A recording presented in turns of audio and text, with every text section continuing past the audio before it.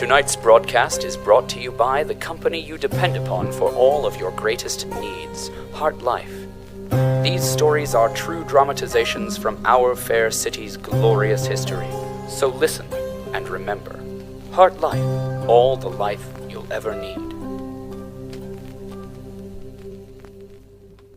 Little is remembered about the fall of Hartford, the city that straddled the Connecticut River in the bad ages. That knowledge has either been erased by the vicissitudes of time or locked away in the great vaults of HartLife's tower, where it shall remain until the company's board of directors has deemed it suitable for public consumption. What we know is this: the bones of the city still exist, its steel shoulders wrapped in a mantle of ice, its broad boulevards devoid of human life, the river that once animated the city frozen, stiff as a corpse. Until today, no policy of HartLife had laid eyes upon downtown Hartford in a generation. Neal, why don't you come out of there? There's a lot of city to see. Maybe you could take Tim up to the bridge to see if our foragers have come back? Show a little leadership, maybe? Far below, in the shadow of an enormous bridge that spans the frozen river, Alison and her men have established their base camp. Neal, like Achilles, sulks in his tent. I'm not really interested. Is Lomi doing okay? She's just great. I started a fire in a garbage can in case she gets cold. Uh-huh. In case you ever come out of that tent. Neal, do you mind if I come in? I'd rather you didn't. Too bad. What's your problem, Henderson? Close that flap. It's cold out there. Is it me? Is it the mold? You seem to do just fine with the cold. Don't get smart, Neal. Doesn't look good on you. Listen, Neal, would you look at me? You're letting the air in. I'll close it when I leave. Now, I put a lot of faith in you, Neal. The men look up to you, but you have done a piss-poor job of leading them. You don't care about them. You only care about myself? Sure, Neal. But I want to get back to Hartford in one piece, and the odds of that happening are a lot higher if I travel with other people. You can call that selfish, but at least I care about keeping this crew alive. What do you care about, Neal? I care about you. I care about Lomi. You need to step down and start addressing me as captain. What? Why? I'm not going to repeat my argument. Why don't you just mutter it to your patient until it sinks in, Dr. Henderson? Lomi, it's getting awful cold in here, wouldn't you agree? Lomi wants you to get out. Lomi wants to live. You don't know that. And neither do you. She's barely conscious, Neal.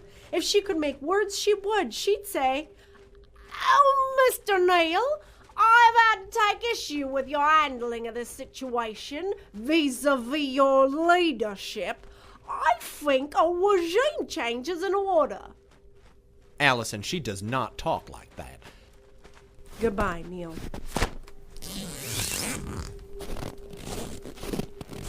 Tim? Yes, Miss Alison? Come with me. Yes, Miss Alison.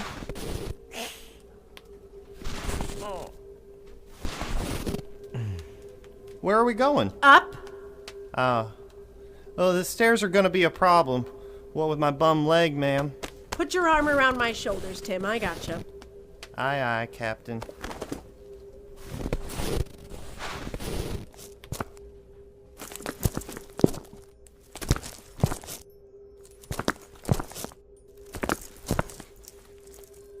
Well, would you look at that? A glittering city. Kinda eerie with all its lights out. Like a dead spider with its legs in the air. Pretty, though. Not the worst way to go. What's that, clear skies? A few months ago, Miss Alison, I would have gullied a man just to hear you say my name. To have your arm round my shoulder, it's like heaven in a glass. Well, aren't you sweet? What's bringing out the poet in you today? You are about to kill me, aren't you? I mean, there's no reason you'd bring me up on this bridge if not to hurl me off it. What? I mean, even in my wildest fantasies, I never imagined you'd want to kiss me, so I can't really think of any other reason you'd want to get me alone. I got a broken leg. I slow us down. I'm not going to kill you. I just wanted to get away from camp. Captain Neal said... Neal is actively getting us killed. Have I killed anyone by frog marching them 25 miles in a blizzard? No. No! I am the one who stops Neal from doing that. He listens to me, and if I tell him that he has to carry you across the ice on his big dumb shoulders, then that's just what he'll do. All right? Yes, ma'am. Yes, Captain. Yes, Captain. That's better. Keep an eye out for our foragers, Clear Skies. I wonder what they managed to find in the ruins. Would you look at that big old spire? Reminds me of home. Do you think it used to be an insurance company, too? Probably. Taller than practically anything else around it. Ahoy, Captain! Ah! There's our foragers now. Hello, boys! Hello, Captain. What you got there, Greyson, son of Grey Gregor? Groceries. I'll be damned. I was just telling Tim here how we're gonna make it home, and you've given us the calories to do it. Soon we'll be bounding across the tundra like a pack of ice wolves. Wolves? Where? Ow! There are no wolves here, you sniveling bolt weasel. Jack, there's quite enough of that. Yes, Captain. Sorry, Captain. No wolves? No wolves, Mr. Greyson. Jack, go fetch the fire cannon, bring it up the steps so Tim can warm his hands. Aye, Captain. Right away, Captain. Better, Jack. Go ahead, Greyson. What did you bring back for us in those carts? Thank you, Captain. We journeyed along this road, Route 5, and you wouldn't believe the things we saw. Buildings made of steel, Captain. More than like to be hundreds of years old. Like the tower, but dozens of them. We went through every building that wasn't iced over and took as many undamaged cans and packaged goods as we could find. There's a lot of stuff that's encased in plastic and hermetically sealed. There are these little cakes like you've never seen in your life. They're filled with some kind of gooey stuff. They're sort of spongy. Like algae. And the filling is sweet. Like algae. There you are, Captain. Thank you, Jack. There are also these things. These tins of food. It says chicken of the sea. And I'll be honest with you, Captain. Ain't one of us knows what either of those things actually are. And we're pretty sure it's a metaphor for a third thing. He ain't been brave enough to try it, Captain. Why, Jack, I do believe you've just volunteered. How brave you are. Greyson, give me your can opener. Oh, Captain. Here it is, Captain Alison. Thank you, Mr. Greyson.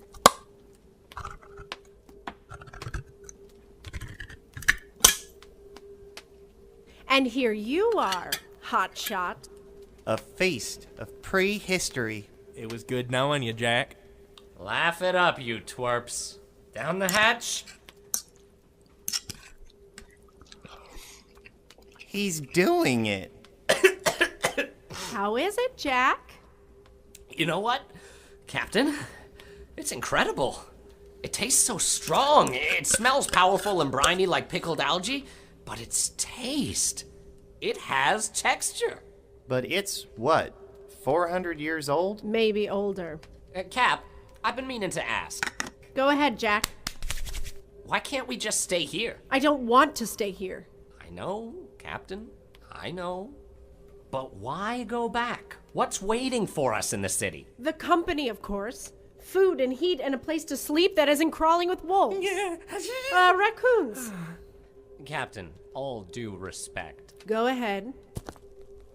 I miss the company, Captain. I miss home just as surely as you do. But why can't we stay here and make a new life for ourselves? You were on the ghost rig. You're dead to HartLife. And Greyson and Tim and me and the rest of us are assumed dead, I'm sure. They won't miss us. And the rest of you. Do you want to stay here? It wouldn't be so bad, would it? Not a one of us has died since we entered the caverns, and there seems to be stuff to eat here. We just don't know what any of it is yet. I suppose you want to end up like Rocco Fontana. Sing woe for Foamy Fontana. Exactly. He ate that moss and the life boiled out of him like thermite on fire. And what about Tim? Yeah. Wait, what about me? Tim, you're getting better. But you need to see a real doctor. Relations technicians don't learn a lot of medicine. But we could push him around in the grocery cart. Captain, you have to admit, that would be awesome. Ma'am. Ah. Hello there, Mr. Henderson. Captain Alison. How's Lomi, Mr. Henderson? Well, she ain't bad, thanks. Do you hear that? It's wolves! Oh, Zeus! It's wolves! Everyone stay calm, especially you, Greyson. Gather around Tim, all of you. Keep him in the center. Neal, give me Betsy and gather the rest of the crew. Give you Betsy? Now! Aye, Captain. Sound the alarm, get the mole, and go! All right, boys, circle up. Any of you got weapons worth a damn? I found a crowbar. Great. I've got a baseball bat. What's baseball? I don't know. I got a rock? Hush up now, Tim. Aye, Captain. My God, that's the biggest wolf I've ever seen. Stay calm, Greyson. Keep it together, boys. Back straight, chests out. Shut up, Jack. I hadn't even... You were thinking it. Now, whatever you do, don't scatter. I don't want any of you showing your backs to this monster, or it'll have us all by the hamstrings. And I don't want to lose another crewman. Not today. I'm going to break that creature's teeth and string them around my neck, and we'll all wear its bones for hats. Do you hear me? Is it holding something?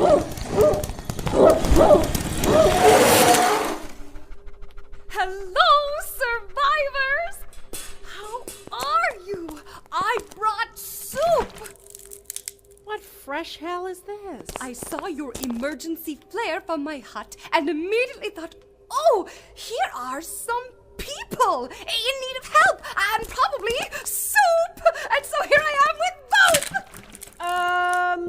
Who exactly Alison, are... I gathered up everyone and we're ready. Dora?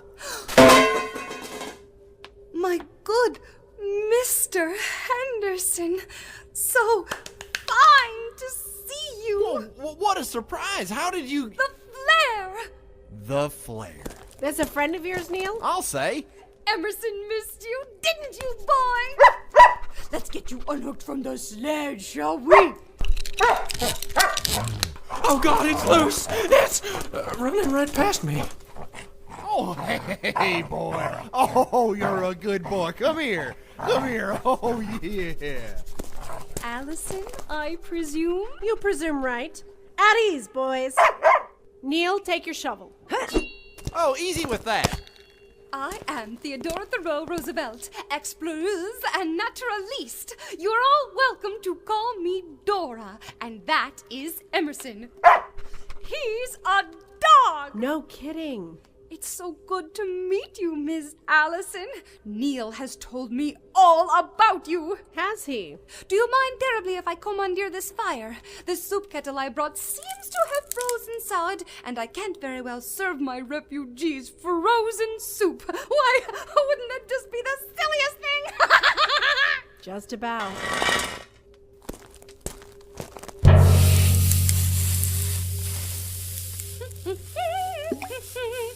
Miss Roosevelt. That is my name, yes. What is a naturaliste? It is a word I made up, Miss Alison. That's Captain Alison. Right. Captain. Yes, Captain Alison. But, right, naturaliste, it means that I can help you and your friends survive out here in the wilderness. Perhaps. Wouldn't that be great? I certainly think so. It's how I live about 98% of the time. Well, Dora, we could certainly use your expertise. I'll tell you what. If I'd known you were coming, I'd have baked a cake. Well, surprise! I'm here now. Hello! Hello. Oh, it's so nice to see the face of a fellow female human. Hello, fellow female human. You've already said hello. So I have. Forget my head if it weren't attached. Pardon me, must stir the soup. That's fine, as you were, Madam Naturaliste. Smartly now. Thank you, Captain. Apparently we have soup, Jack. I like soup, Captain. I think I do too, Jack. I think I might like soup too. Come on, Emerson. Go to Greyson. Go to Greyson. Do not go to Greyson. Stay with Neal, enormous dog. How else are you gonna get over your fear of dogs, man? By living in a city where I never have to see one again. Who's our good puppy? Go, go, go! Give him huggles. No, please. Anything but huggles. It would seem that with the arrival of this explorer, this Dora with her curiosity and her zeal for discovery, that the survivors of the rig crash are at last safe. But Dora and her newfound comrades are on uneasy ground, eager listeners. As Neal and Alison know well, it is wisest to stay inside. The cold is vicious, the wolves doubly so, but we left Old Hartford for a reason. We stay in the tower for a reason, though they might be safe from the wolves and the cold now that they are underground. Who is to say what dangers lurk just out of sight for our little friends? Find out next time as the story of our fair city continues.